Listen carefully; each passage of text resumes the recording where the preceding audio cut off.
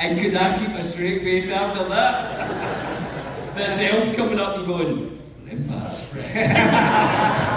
Like in the Truman Show, chocolate limber spread. Yeah. So the one that first popped into my head is also a limber spread anecdote. So we had dialect coach, the late great Andrew Jack and Roisin Carney, and what they would say to me all the time to attempt to achieve the Shire, the West Country accent, was to elongate the vowels. Sean, elongate the vowels, elongate the vowels. And then I must not have been doing it right all the time because they said it a lot. And they would, in between takes, looking a bit desperate, like, this was their reputation on the line too. And at one point, we were at the top of the mountain, and look, he's laughing, he doesn't even, right? Remember? That makes me laugh every time. At my expense, that's fine. So, it's true. So, we would go to the Powderhorn Hotel at the top of this mountain, and we would watch the previous day's footage, dailies they called it. And Peter would have a couch in there. Invariably, he would fall asleep, and the crew would leave because there were hours and hours once you watched all the miniatures footage and the, air footage from the sky, whatever, and all that stuff. But they showed this one bit of me offering Frodo lemon spread. Lambda spread. Lambda spread. Lambda spread. And I remember at a certain point I was trying to do it, and he's just pissing himself. I go, Frodo, would you like some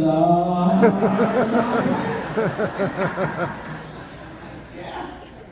Oh. They didn't use that tape.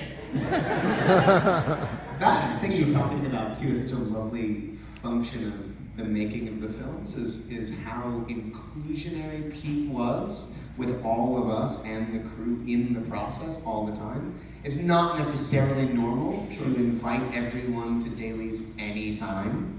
And that was such a lovely thing, and they were all screened on film. I mean, most of the time, if it was a screening room, there was actually like reels of film that we were watching, and it was just a beautiful thing. We were always welcome. We most of the time didn't show up because there were long days. We're like, fuck that, we're going to bed.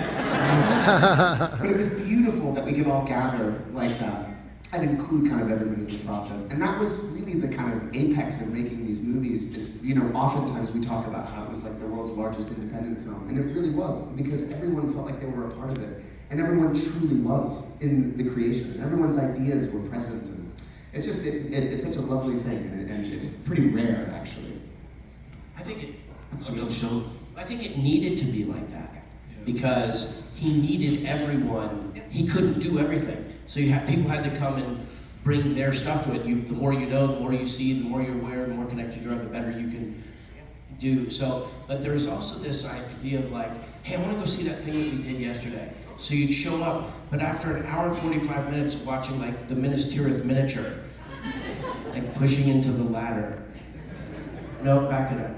Pushing into the ladder. You're like, I don't care what I did in that job.